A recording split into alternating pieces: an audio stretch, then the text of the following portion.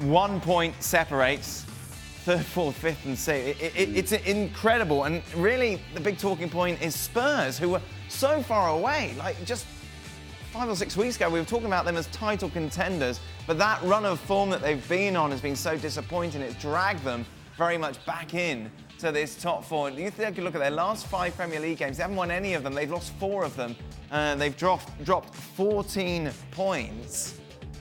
But I think they showed today at Liverpool, even with injuries, I think they are still probably the best of the rest. Yep, right? that's it. And I think even though they dropped points today, they showed that.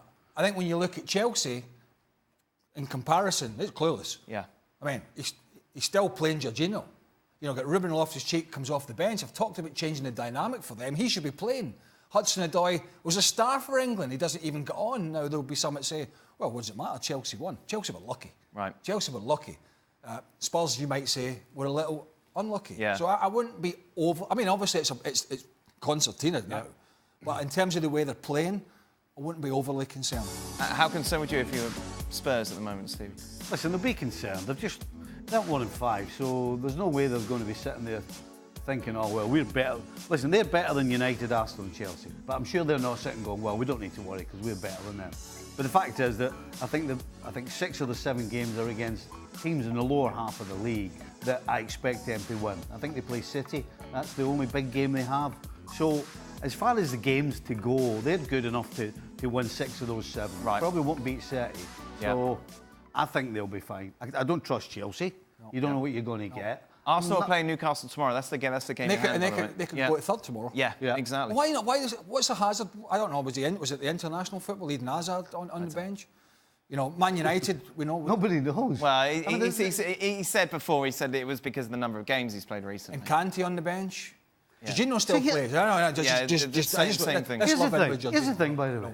So Chelsea, I assume, want to be in the top 4, and he's turning around and trying to use the number of games recently. Are you having a laugh? They've got 8 games to go. Well, Europa League as well, Stephen. All right, 10 or 11 games to go. So what? You should be able to play the last 10 or 11 games. I don't care who you are. Right. I don't care how many games you've had this season. This is the business end of the season. You put out your best 11 or whatever you think is the best 11 to win every single game between now and the end of the season. You don't try and be clever and leave your best player out. Just complete and utter madness. And that might be the reason why, because of this guy, they don't get in the top 4. Because player for player, I think they're better than Arsenal and Man United. Yeah.